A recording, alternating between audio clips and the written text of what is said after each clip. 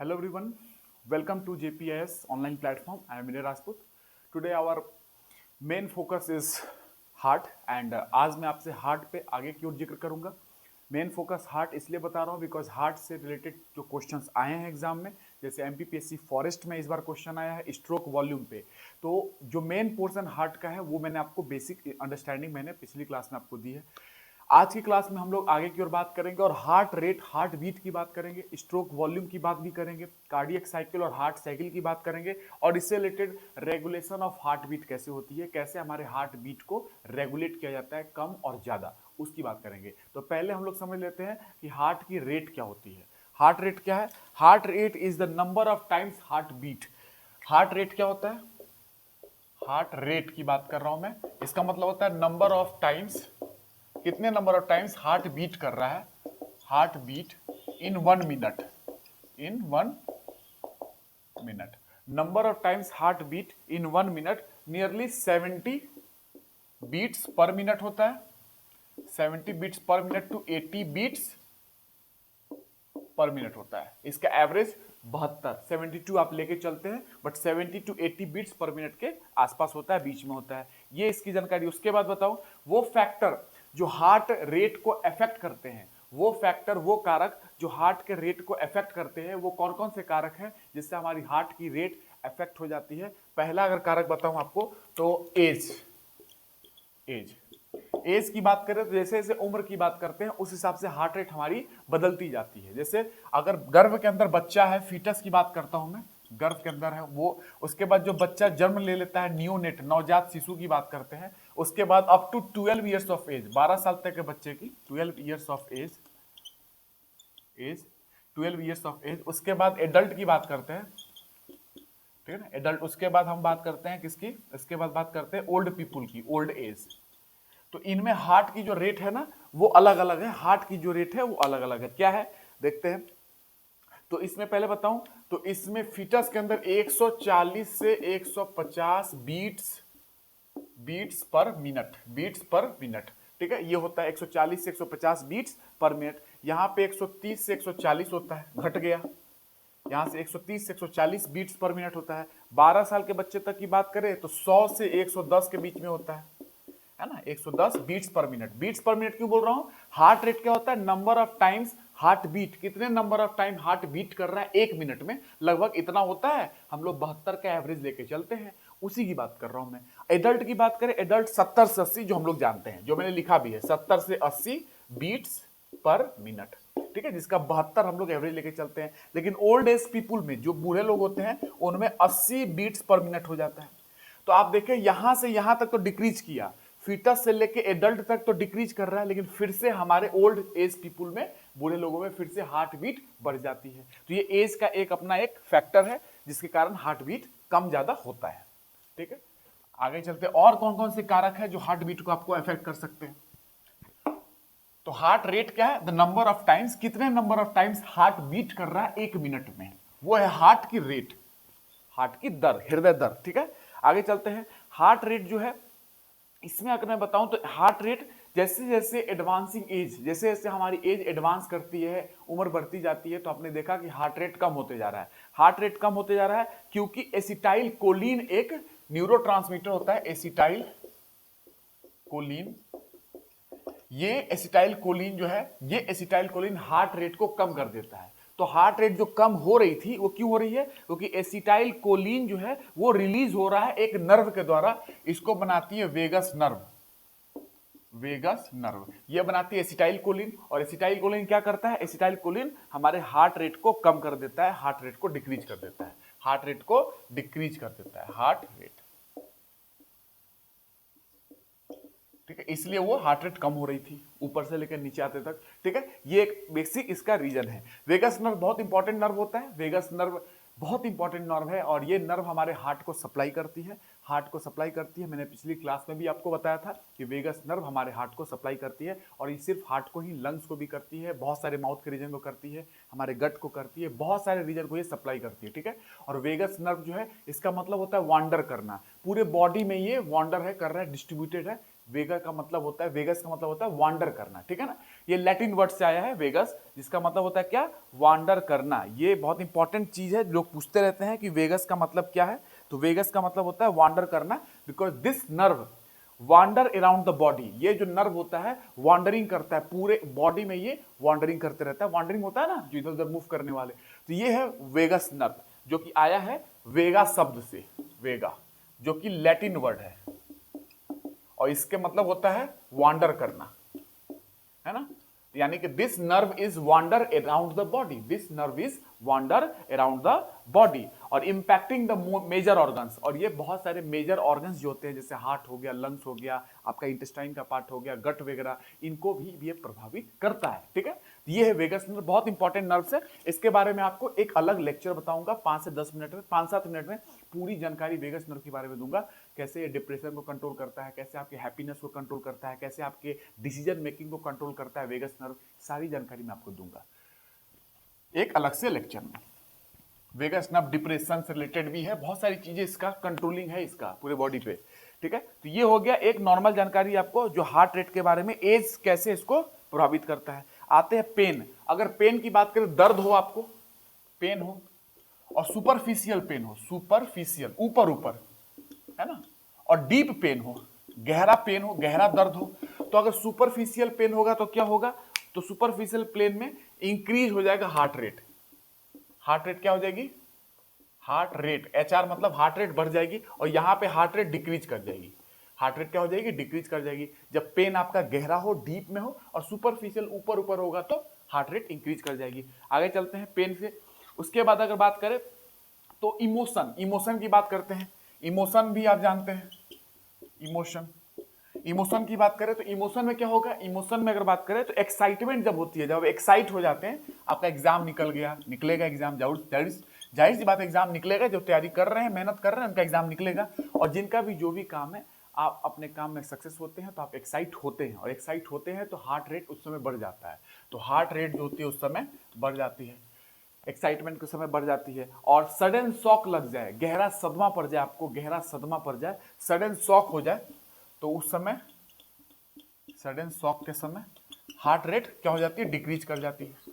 ये इमोशन से रिलेटेड जानकारी है, ठीक है। अब बायोकेमिकल की बात करते हैं। कुछ केमिकल्स होते हैं जो हार्ट रेट को कम ज्यादा कर सकते हैं, बायोकेमिकल्स।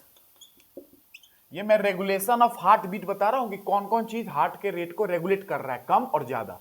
बायोकेमिकल में एड्रेनलिन, एड्रेनलिन, और एक एसिटाइल कोलिन बताया था मैंने, एसिटाइल कोलिन, ठीक है। तो एड्रेनलिन क्या करेगा, हार्ट रेट को बढ़ा देता है, ये हार्ट रेट को बढ़ा देता है, हार्ट रेट ये इंक्रीज कर देता है। और अभी बताया था एसिटाइल कोलिन हार्ट रेट को क्या कर देता है, डिक्रीज कर देता है। वेगस नर्व बनाते हैं ये एसिटाइल कोलिन को, ठीक है ना। तो ये केमिकल्स हो गए जो हार्ट रेट को कम ज्यादा कर रहे हैं। अब आते हैं आयंस। आयंस क्या करेगा, आयंस की बात करेंगे। आयंस ये आपने देख लिया, इस पे ये मैं मिटा देता हूं आपको, ठीक है, और आगे हम लोग लिखते हैं। आयंस की बात करते हैं। सोडियम पोटेशियम क्या करता है, हार्ट रेट को कम कर देता है। कैल्शियम क्या करता है, हार्ट रेट को बढ़ा देता है। तो आयंस की बात करते हैं, sodium and potassium heart rate को क्या करेगा, हार्ट रेट को कम कर देगा। और कैल्शियम की बात करें तो हार्ट रेट, एक्सेस कैल्शियम, अगर ज्यादा कैल्शियम हो जाए तो, एक्सेस हो जाए तो हार्ट रेट को क्या करता है, ये बढ़ा देता है। तो ये आपका आयंस के बारे में जानकारी मिल रही है कि आयंस कैसे क्या डील कर रहे हैं, ठीक है। उसके बाद आगे चलते हैं। जब सोडियम पोटेशियम ज्यादा हो जाएगा, एक्सेस हो जाएगा, तो हार्ट रेट कम हो जाएगा। जब कैल्शियम ज्यादा हो जाएगा बॉडी में तो हार्ट रेट बढ़ जाएगी, ठीक है ना। उसके बाद आगे एनिमल साइज की बात करते हैं। हमारे बॉडी साइज पे भी डिपेंड करता है कि हमारी हार्ट रेट, हृदय की दर कैसी होगी। तो एनिमल साइज में बात करें, एनिमल साइज, अगर लार्ज साइज का एनिमल है, लार्ज साइज का एनिमल है तो हार्ट रेट कम होगा। अगर स्मॉल साइज का एनिमल है तो हार्ट रेट ज्यादा होगा। कल मैंने बताया था कि जितना छोटा जानवर होगा उतना ही हार्ट रेट ज्यादा होता है। जिससे humming bird 1000 beats per minute होता है, हमिंग बर्ड की मैंने बात की थी, ठीक है। और एलिफेंट की बात करो और वेल की बात करो, मैंने बताया था 20 से 25 के आसपास है, बहुत कम है। ज्यादा बड़ा एनिमल हार्ट रेट उतना ही कम होता है, ठीक है। ये एक नॉर्मल जानकारी मिली। जेंडर की बात करते हैं। जेंडर, तो जेंडर में मेल और फीमेल की बात करेंगे। तो मेल की बात करें और फीमेल की बात करें, तो मेल की बात करें तो मेल का जो हार्ट रेट होता है वो कम होता है, हार्ट रेट कम होता है और फीमेल का हार्ट रेट कंपेरेटिवली ज्यादा होता है। इससे कंपेयर में करेंगे तो फीमेल का हार्ट रेट ज्यादा होता है। ठीक है, ये हो गई आपकी हार्ट की रेगुलेशन के बारे में जानकारी, कैसे हार्ट बीट को रेगुलेट किया जाता है, कौन कौन कैसे कैसे रेगुलेट कर रहा है, ये आपको मिल चुका है जानकारी। ठीक है, आगे चलते हैं। रेगुलेशन ऑफ हार्ट बीट हो गया। अब मैं आपको नर्वस कंट्रोल बताता हूं। देखिए नर्वस कंट्रोल भी है, ये तो अपनी केमिकल्स का, आयंस का, एनिमल साइज का देखा, एज का देखा। नर्वस कंट्रोल ब्रेन के थ्रू कैसे हार्ट कंट्रोल हो रहा है, हार्ट बीट कैसे कंट्रोल हो रहा है, ये भी जानना चाहिए। नर्वस कंट्रोल तो हमारे मेडुला ऑब्लंगाटा ब्रेन का पार्ट है, जो आपको ब्रेन पढ़ाऊंगा तो फिर आएगी। मेडुला ऑब्लंगाटा में कार्डियक सेंटर होते हैं और कार्डियक सेंटर के अंदर कार्डियक इनहिबिटरी एरिया होता है और कार्डियक एक्सिलेटरी एरिया होती है। ठीक, वो एरिया जो है हार्ट बीट को बढ़ाते हैं और कम करते हैं, उसकी बात हम लोग कर लेते हैं। ठीक है, तो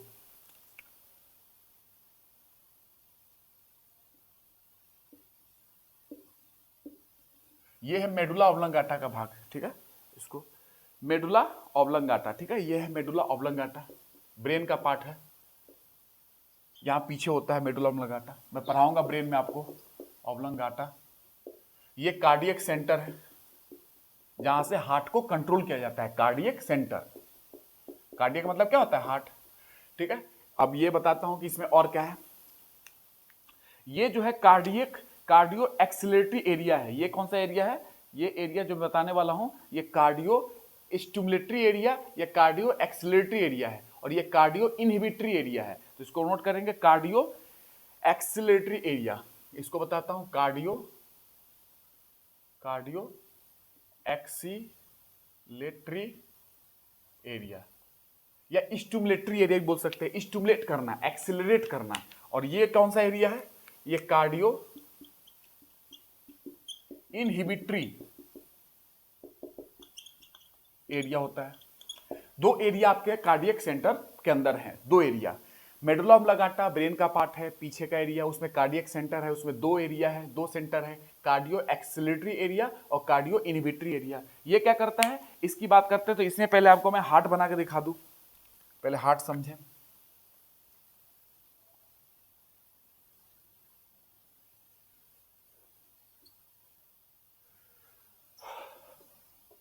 ठीक है, अब यहां से क्या होगा कि आप देखेंगे कि हार्ट के अंदर यहां पे मैंने आपको बताया था कल कुछ, यहां पे याद कीजिए, यहां पे क्या है याद कीजिए, ऐसे नोड, साइनो एट्रियल नोड मैंने बताया था। तो साइनो एट्रियल नोड है, वहां पे यहां पे कुछ होता है। देखिए यहां से सिग्नल आएगी, ये नर्वस कंट्रोल बता रहा हूं मैं, और यहां से भी आएगी। तो ऊपर वाले जो कार्डियो एक्सिलरेटरी एरिया है, वहां से सिंपैथेटिक नर्व्स आते हैं। सिंपैथेटिक नर्व्स यहां से क्या आते हैं, सिंपैथेटिक नर्व आता है ऊपर वाले से, सिंपैथेटिक नर्व आता है। और नीचे वाले से क्या आता है, पैरासिम्पैथेटिक नर्व आता है। नीचे वाले से इससे क्या आ रहा है, पैरासिम्पैथेटिक नर्व। यहां से पैरासिम्पैथेटिक नर्व आ रहा है, यहां से सिंपैथेटिक नर्व आ रहा है। सिंपैथेटिक नर्व क्या करता है, ये रेट ऑफ हार्ट बीट के रेट को बढ़ा देता है। तो हार्ट बीट के रेट को क्या कर देता है, बढ़ा देता है। और ये क्या करेगा, हार्ट बीट के रेट को कम कर देगा, हार्ट बीट के रेट को कम कर देगा, डिक्रीज कर देगा। तो एक्सिलरेटरी एरिया से सिंपैथेटिक नर्व आते हैं, वो बढ़ा देते हैं हार्ट बीट को। और कार्डियो इनहिबिटरी एरिया से क्या आते हैं, पैरासिम्पैथेटिक नर्व आता है, जो हार्ट बीट को कम कर देता है। ठीक है, ये है आपका बेसिकली जो आपको समझना है, और जो मैंने आपको समझा दिया, ये है नर्वस कंट्रोल। तो सिंपैथेटिक नर्व्स क्या करते हैं, क्वेश्चन आएगा, सिंपैथेटिक नर्व्स क्या करेंगे, ये नर्वस कंट्रोल का पार्ट है। कैसे हमारे ब्रेन का न्यूरॉन्स के थ्रू कैसे ये कंट्रोल हो रहा है। मेडुला ऑब्लंगाटा के अंदर कार्डियक सेंटर है, वहां से ये सारी चीजें कंट्रोल हो रही हैं, हार्ट बीट। तो sympathetic nerves increase rate of heart beat, sympathetic nerves increase rate of heartbeat and parasympathetic nerves decrease rate of heartbeat, heartbeat के दर को वो कम कर देता है। ठीक है, और बाकी मैंने आपको हार्मोनल कंट्रोल बता दिया, एड्रेनालिन कैसे करता है, आयंस का कंट्रोल बता दिया, एज से कैसे जेंडर है, एज से कैसे रिलेटेड है, जेंडर से कैसे रिलेटेड है, सारी चीजें आपको बता दिया है। एनिमल साइज से कैसे रिलेटेड है ये भी बता दिया। ये एक एक्स्ट्रा नर्वस कंट्रोल भी बता दिया कि कैसे नर्वस कंट्रोल होती है और कैसे ज्यादा और कम हो सकता है। ठीक है, मेडुला ऑब्लंगाटा हमारे ब्रेन का पार्ट है, हाइंड ब्रेन का पार्ट होता है। Mid brain, fore brain, hind brain होते हैं। तो ये पीछे का पार्ट मेडुला ऑब्लंगाटा होता है, यहां से हमारा हार्ट को कंट्रोल किया जाता है ऐसे। नर्वस कंट्रोल, इसको लिखेंगे नर्वस कंट्रोल।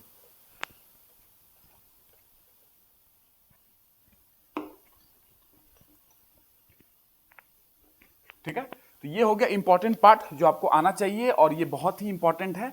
अब आते हैं आपको कार्डियक आउटपुट की बात करते हैं। कार्डियक आउटपुट, कार्डियक आउटपुट, इस पे डेफिनेशन बहुत सारे हैं जो इंपॉर्टेंट, मैं आपको बताऊं कि बहुत सटीक डेफिनेशन दिया जा सकता है, लेकिन फिर भी मैं आपको जो डेफिनेशन दूंगा ये सफिशिएंट है, आपको इतना ही आना चाहिए। ठीक है, तो कार्डियक आउटपुट क्या होता है? Amount of blood ejected by heart in one beat, एक बीट में कितना amount of blood heart eject कर रहा है, बाहर की ओर निकाल रहा है। Amount of blood, amount of blood ejected by heart in one, amount of blood ejected by heart in 1 minute. एक मिनट की बात कर रहा हूं, बीट नहीं, बीट वाला आता है वो अलग है, स्ट्रोक वॉल्यूम है। तो अमाउंट ऑफ ब्लड, कितना अमाउंट ऑफ ब्लड या volume of blood ejected by heart in 1 minute, एक मिनट में, I am sorry for that, beat नहीं, यहां मिनट होगा।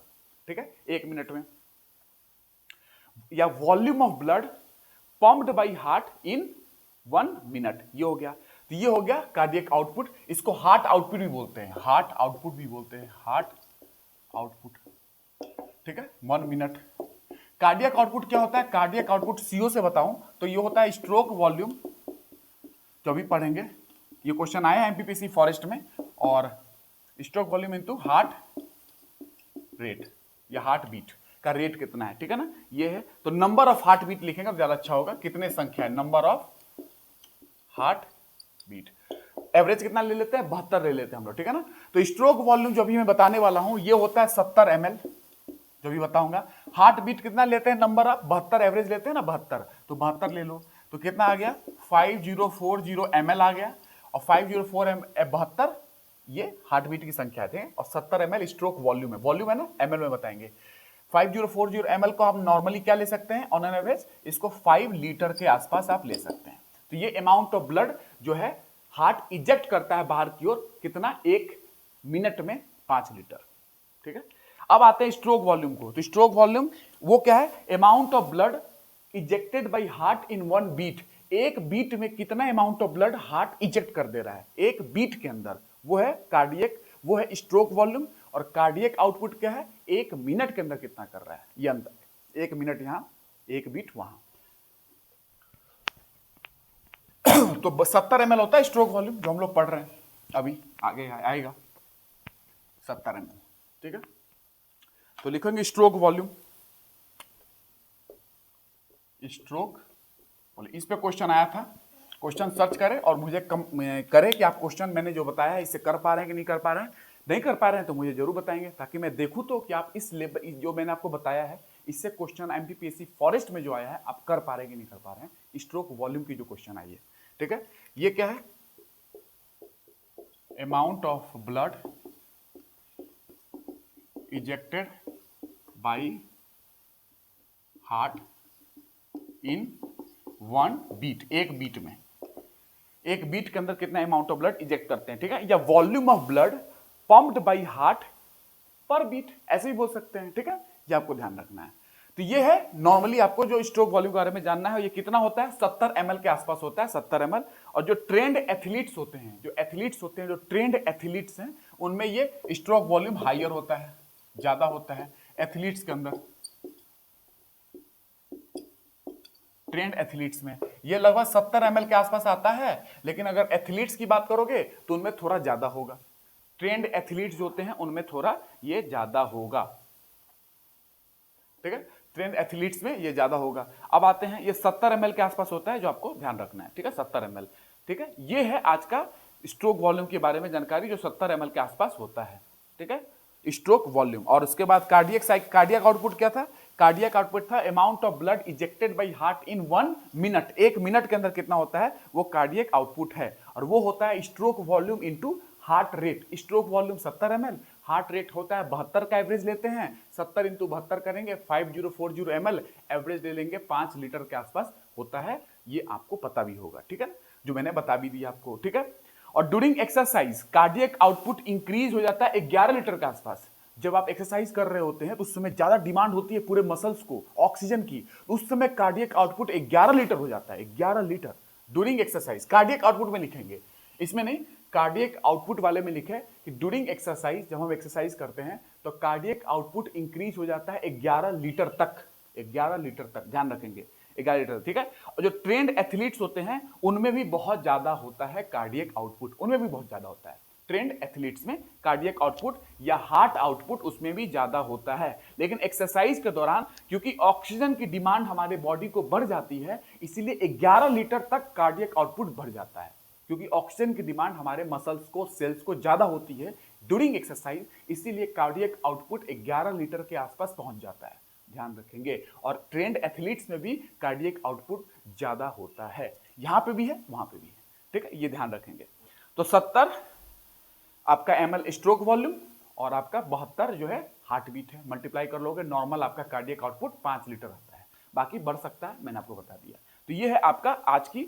और heart is situated in the centre of where, heart कहां situated है? Heart is situated in the centre of chest cavity, chest cavity के एकदम सेंटर में, थोड़ा लेफ्ट की ओर टिल्टेड है, लेफ्ट की ओर टिल्टेड है। और ये जिस स्पेस में रहता है उस स्पेस का नाम है, उस जगह का नाम है मीडिया स्टीनम, मीडिया स्टीनम मैंने बताया था।